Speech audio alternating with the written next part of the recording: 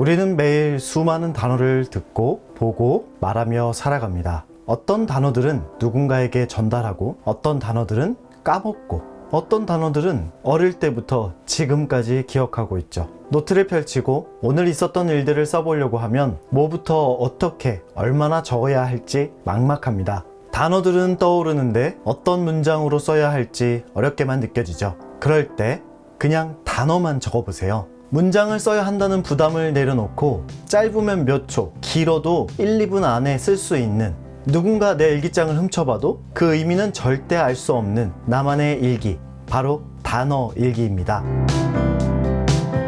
매일 손끝에서 사라지는 이 아쉬운 시간들을 기록을 통해서 남기고 차곡차곡 쌓아가고 싶은데, 문제는 막상 노트를 펼치고 나면 뭘 써야 할지 모르겠다라는 겁니다. 왜 그럴까요? 진실된 감정을 담아서 써야 한다, 곧 제대로 된 완벽한 문장을 써야 한다 라는 압박감 때문인데요. 그래서 오늘은 아주 쉽고 아주 짧고 아주 알찬 기록법인 단어 일기를 소개합니다. 단어 일기는 정말 단순한데요. 1. 그날의 인상적인 단어를 적고 2. 여유가 된다면 한두 줄 정도만 쓰고 끝내는 겁니다. 정말 쉽죠? 구체적으로 어떻게 쓰는지 한번 알아볼게요. 일기를 쓴다는 건 도대체 뭘까요? 그날 나에게 일어난 중요한 사건, 이벤트, 생각, 음식, 동료나 친구들과 겪은 사건 같은 걸 기록하는 것이죠. 그런데 그걸 일일이 풀어서 줄글로 쓰려면 에너지 소모가 상당합니다. 글을 많이 써본 사람에겐 쉽지만 이제 막 시작하는 사람들에겐 버겁죠. 그럴 때 바로 단어만 가지고 써보는 겁니다. 노트를 펼쳐놓고 리캡 혹은 키워드라고 써놓고 오늘 하루를 돌아보며 오전, 낮, 오후에 겪었던 일들을 생각하며 대표적인 단어를 하나씩 적어보세요. 예를 들면 이렇습니다. 아침, 선선한 날씨, 오랜만에 비, 낮, 점심 산책, 오트밀 라떼, 오후, 누구누구랑 수다. 아침, 낮, 오후 구분을 반드시 해야 하는 건 아니고요. 취향에 따라서 떠오르는 대로 인상적인 단어들을 막 적어도 됩니다. 어차피 적다 보면 오늘 하루 전체를 돌아보게 되어 있거든요. 정말 특별한 날이 아니라면 보통 단어가 10개 이상 넘진 않을 거예요. 그 말인즉슨 하루에 10개 미만의 단어만으로 일기를 끝내는 것이죠. 만약에 여유가 된다면 리뷰라고 적어놓고 한두 줄만 적어보세요. 이 단어들을 보니 오늘 내 하루가 어땠는지, 어떤 감정을 느꼈는지와 같은 것들을 써보는 거고요. 이때 자기 자신을 채찍질하기 위해서 무엇을 해내야 해, 무엇을 해야만 해 등과 같이 스스로에게 강요하는 뉘앙스의 문장은 적지 마세요. 그냥 멀리서 관찰하듯 바라볼 뿐 나를 조정하려고 하지 마세요.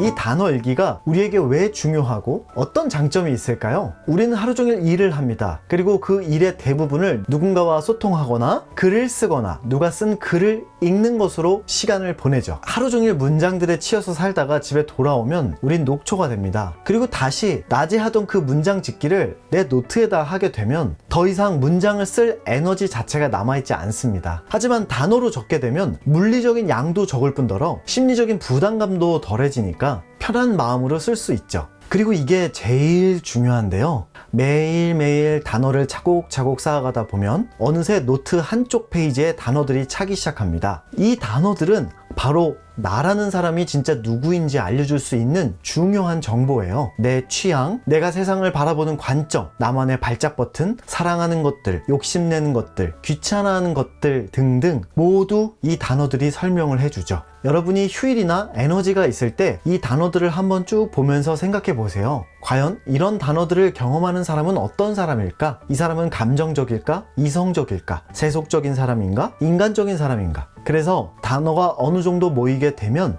그 반대편 페이지에는 줄글로 써보는 겁니다. 주말이나 시간이 되는 날 좋아하는 카페나 어떤 장소에 가서 멋지게 만년필을 꺼내서 제대로 써보는 거죠. 제가 추천하는 건 보통 일주일에 한 번인데요. 한 주간 쌓여있는 단어들을 보면서 일주일 동안 나는 어떤 사람으로 살았고, 뭘 보고, 뭐에 감사하고, 어떤 것에 화가 났고, 어떤 것에 창피해했는지 등과 같은 것들을 찬찬히 살펴보는 거죠.